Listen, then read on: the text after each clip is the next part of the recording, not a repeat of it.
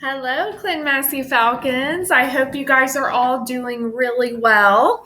So, this week for our zones review, what we are going to be working on is I'm going to show you guys some short video clips, and we're going to kind of try and figure out the different zones that these characters are in. And we want to look at how the characters interact with others around them based on what zone they're in. And then I want to kind of talk about that. So we're going to start our first clip with an old school clip from Winnie the Pooh. Some of you might have watched that when you were younger. And we're going to see this clip is of specifically Eeyore. So let's pay attention here and see what zone Eeyore is in. It's only you. Sorry to disappoint you. Guess I'm too dull to be around. Can't blame you for moving away. I may have just the thing. Up you go! There you are! It's an awful nice tale, Kanga. Much nicer than the rest of me. Not much of a house. Just right for not much of a donkey. Don't want to ruin everyone's good time. All right, so if we take a look at that clip here, I bet you guys have determined what zone Eeyore is in. He is in the blue zone. He's feeling really down and depressed. And so some of the things that might clue you into someone in the blue zone or yourself in the blue zone might be the expression on his face. You could see Eeyore kind of had a long face. He also talked really low and down, didn't make much eye contact with the other characters from Winnie the Pooh, and he was frequently talking down about himself, and so you could tell he was very depressed in the blue zone. So let's take a look here at our second clip, which is from Finding Nemo, and let's see if we can determine what zone Nemo is in.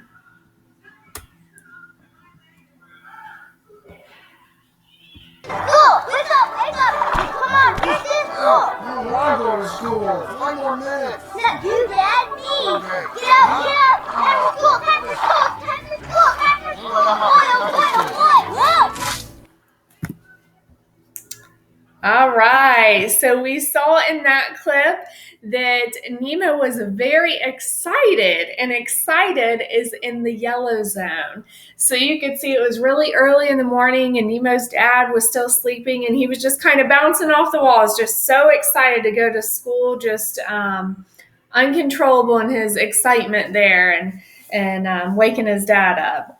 All right, so let's take a look at our third clip here, which is from Charlie Brown, another old school cartoon that you might have watched when you were younger, or you might still be able to catch some reruns now.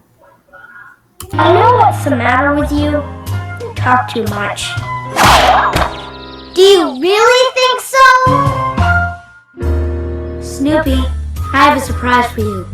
Some of your friends have agreed to get together and give your house a real good cleaning. We'll be starting tomorrow. I just thought you'd like to know.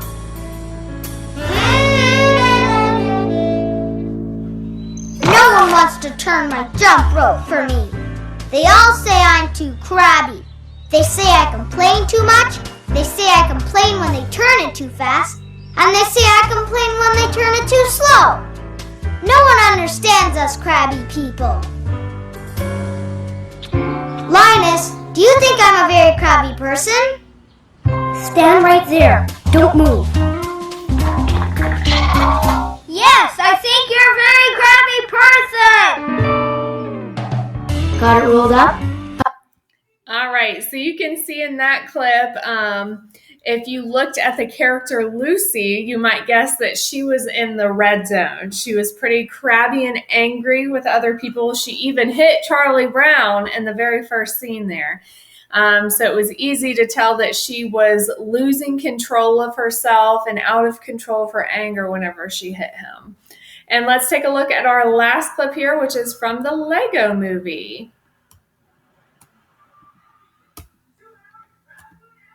Step 13. Enjoy popular music. Step again. Everything is awesome. Oh my gosh, I love this song. Everything is awesome. Everything is cool. Everything is awesome. When you're living your turn signal, park between the lines. Yes! Drop off dry cleaning before noon, read the headlines, don't forget to smile, always root for the local sports team. Always return a compliment. Hey, you look nice. So do you. Drink overpriced coffee. Here you go. That's $37. Awesome! Did you see where are my pants last night? All right, so when we take a look at Emmett from the Lego movie, you can tell that everything is awesome in his world, and that is an example of the green zone. So he woke right up for his work day, had a smile on his face, and he was ready to get through the day and greeted everyone with a smile and a compliment. So Emmett there was in the green zone. So I like to show these different clips to kind of give great examples of what it looks like to be in each one of the zones, and how others around us respond when we're in those zones. So if we looked at the first clip of Eeyore, you saw a couple of the other characters in those scenes. And if you've ever watched Pooh before, a lot of Eeyore's friends always try and lift his spirits, but they're not very good at doing it because he's so down. And so sometimes it seems as though they might get a little bit discouraged, and then Eeyore kind of goes off on his own. So when you're in the blue zone and it's not expected, sometimes other people don't know how to help because we don't tell them. But there are some instances in Winnie the Pooh where Eeyore does rely on his friends, and whenever he tells them what he needs, they're able to lift his spirits. I know there's one episode where they throw a party for Eeyore for his birthday because he was really down that no one remembered his birthday. So once he told his friends what he needed, though, they were able to help him to start feeling better. If we look at the yellow zone and the red zone, so think about when we are in the yellow zone, the red zone, and again, those clips were from Nemo, and they were from Charlie Brown. And so when we're in the yellow zone and the red zone, people often have uncomfortable thoughts when it's unexpected. Remember, we worked on expected versus unexpected behaviors and how others respond to us when we're having those unexpected behaviors. So there are certainly times when it would be expected that you would be in the yellow zone and the red zone. If your house is on fire, I would expect you to be in the red zone, just terrified and, really, really anxious. If you just won $1 million, I would expect you to be in the yellow zone and be very excited. And you might even be yellow zone if you find out, we get to go back to school in the fall. And so you might be really excited about that. And those would all be expected emotions.